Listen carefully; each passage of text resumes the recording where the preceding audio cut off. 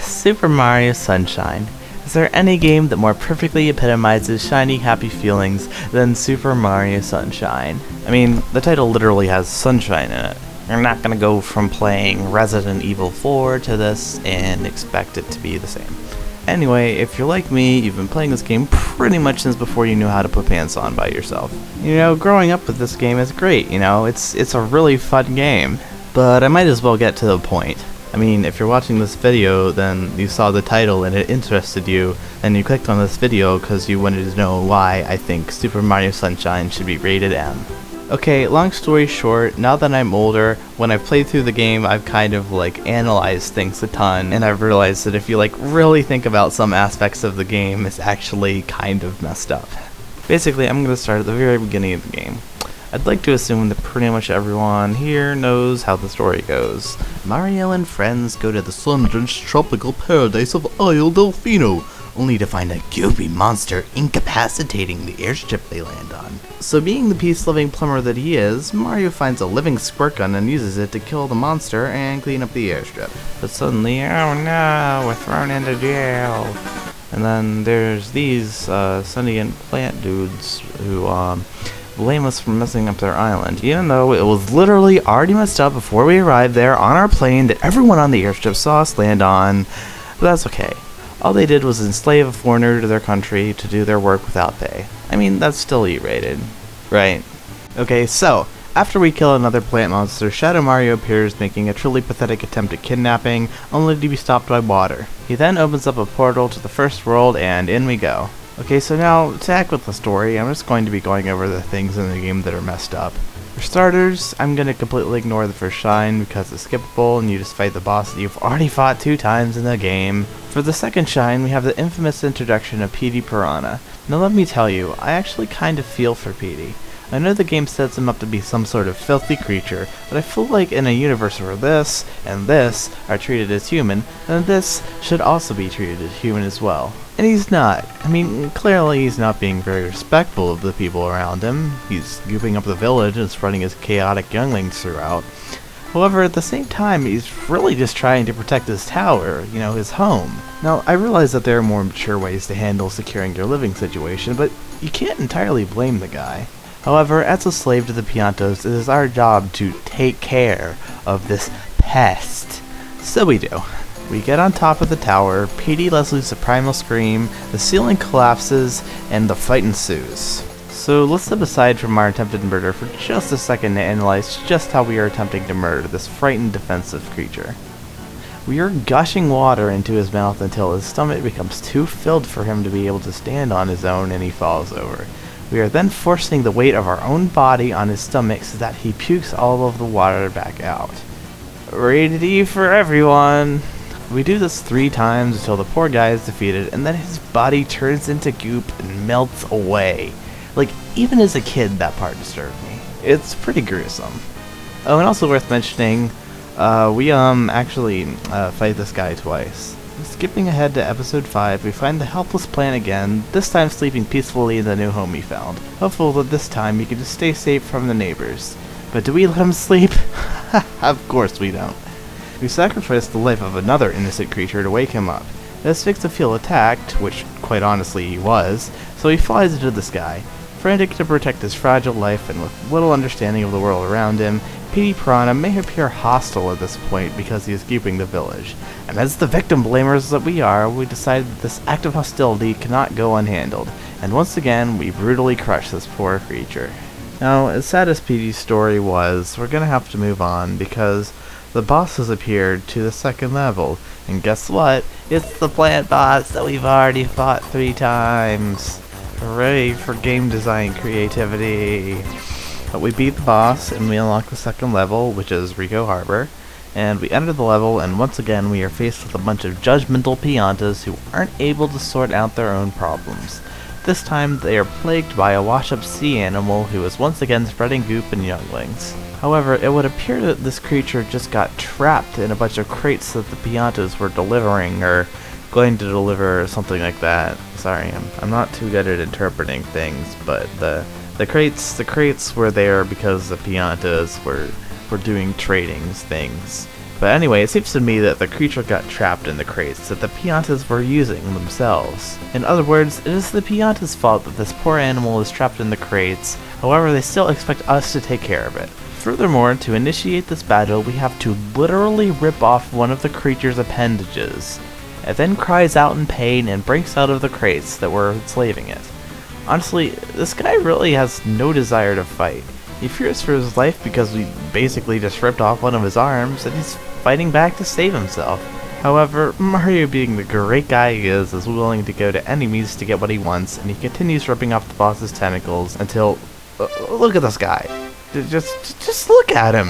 He's just a defensive sea creature that unluckily stumbled into the dealings of the Piantas. Like, how could I possibly hurt the guy? Out of tentacles to rip off, we must now rip off the guy's nose. However, in miraculous form, the giant blooper grows back all of his parts, only to have us do the exact same thing to him again, so that he flies back into the water and is destroyed by his own pollution. And, once again, showing just how uncreative the game designers were when it came to bosses, we fight this guy again later in the level. And it's the same deal. Honestly, I would think you would have learned to stay away from the harbor after last time, but I can't deny that the guy might just be ending up in the wrong places at the wrong times, you know? I just kind of feel sorry for him, you know? Anyway, continuing to the next level, we are faced again with more boss abuse. See, despite the Pianta's hatred of creatures that are not their own kind, they worship this one particular creature, called the Sandbird, as their deity. However, everyone's favorite Mario character, Wiggler, returns to the franchise as the Pianta's subject of hatred. Wiggler is sitting atop the entrance to where the Sandbird is kept. Now, obviously the Piantas cannot suffer a creature peacefully sleeping near their deity, so they force us to kill Wiggler's minions, which somehow makes him fall off of the shrine. Nintendo logic at its finest. Also, what the heck? This is actually really morbid. It's... ugh. Anyway, next shrine, we have to beat him up and defeat him, because for some reason, he gets mad when we kill his friends and make him fall off of a building. Is it still not okay to kill the Piantas instead? Anyway, I'm trying not to linger on each level too much because I want to actually finish this video at some point. But let's go ahead to the next level. So the next level is Peanut Park, and we finally have advancement in the overarching plot of the game. This is where, in my opinion, the most messed up part of the game is. So we chase after Shadow Mario, who does his best Moses impression to reveal a giant mechanical version of Bowser. After we defeat Shadow Mario's Gundam, it is revealed that Shadow Mario is actually Bowser's son, Bowser Jr. After all, who else would lack enough shame as to use this hideous contraption as their weapon against us? Anyway, as hilarious as I found this cutscene to be when I was a kid, I'm gonna lay down what is happening here plain and clear. Bowser has lied to his son, claiming that this woman is the child's mother, even when she clearly is not. Bowser's purpose is to get his child to kidnap the woman. I'm not sure if I can go this far, but I kind of want to say that Bowser had a child so he could train the kid to assist with his human trafficking business.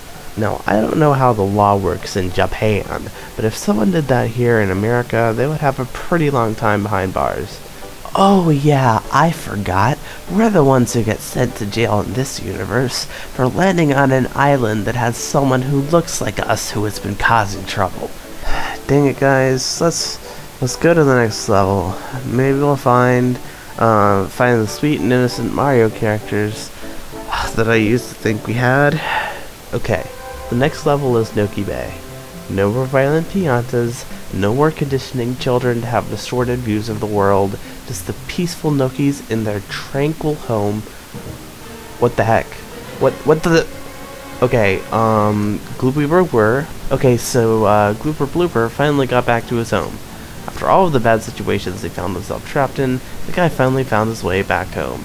His home in a secluded area that is near to no one at all. But guess what? In between a shine sprite and us is an animal, so of course we have to mutilate and kill it to get our reward.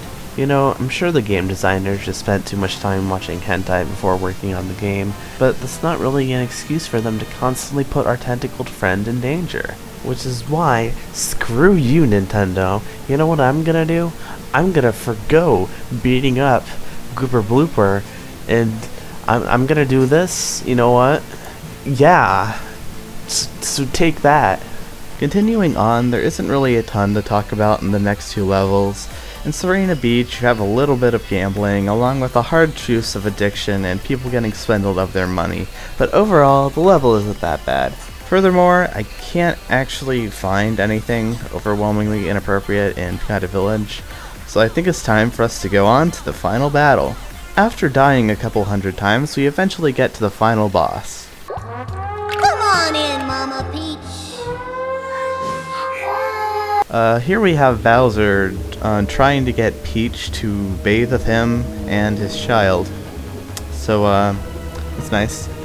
But, so we destroy Bowser's bathtub, and we all go falling to our doom.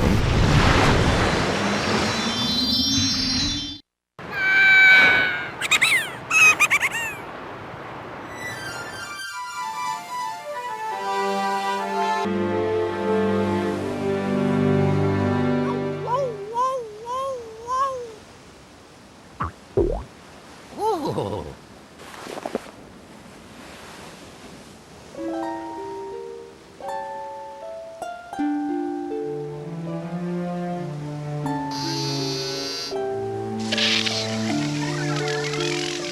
Mario, was I,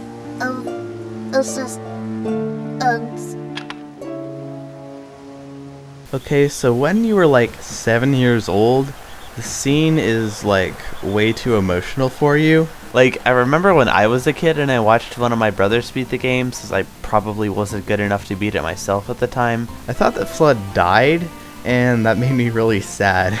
I ended up going to my mom and talking to her about the scene and how sad it made me, but rather than comforting me, she lowered the amount of time I was allowed to watch my brothers play video games, which really didn't help. But like, Nintendo, don't give me feels, I'm only 7. Anyway, I think it's time for me to conclude. Now, I've spent this whole video blowing everything out of proportion, but lately I actually have been realizing that video games are like way too violent. Like, I know I'm gonna sound like a soccer mom, but it is like a scientifically proven thing that video games make people more prone to violence in real life. A lot of people pose the counter argument to this, that, you know, the only people who are violent because of video games are people who can't tell the difference between fiction and reality. However, that isn't really the root of the problem. The problem with violence in video games is that it makes you become desensitized to violent acts. It's kind of like, say someone was not exposed to all the violence in the media. They might get like angry at someone and like want to hurt them, but they would be less likely to actually hurt them because like the act of actually committing violence is something that is just not normal to them. They don't see it anywhere.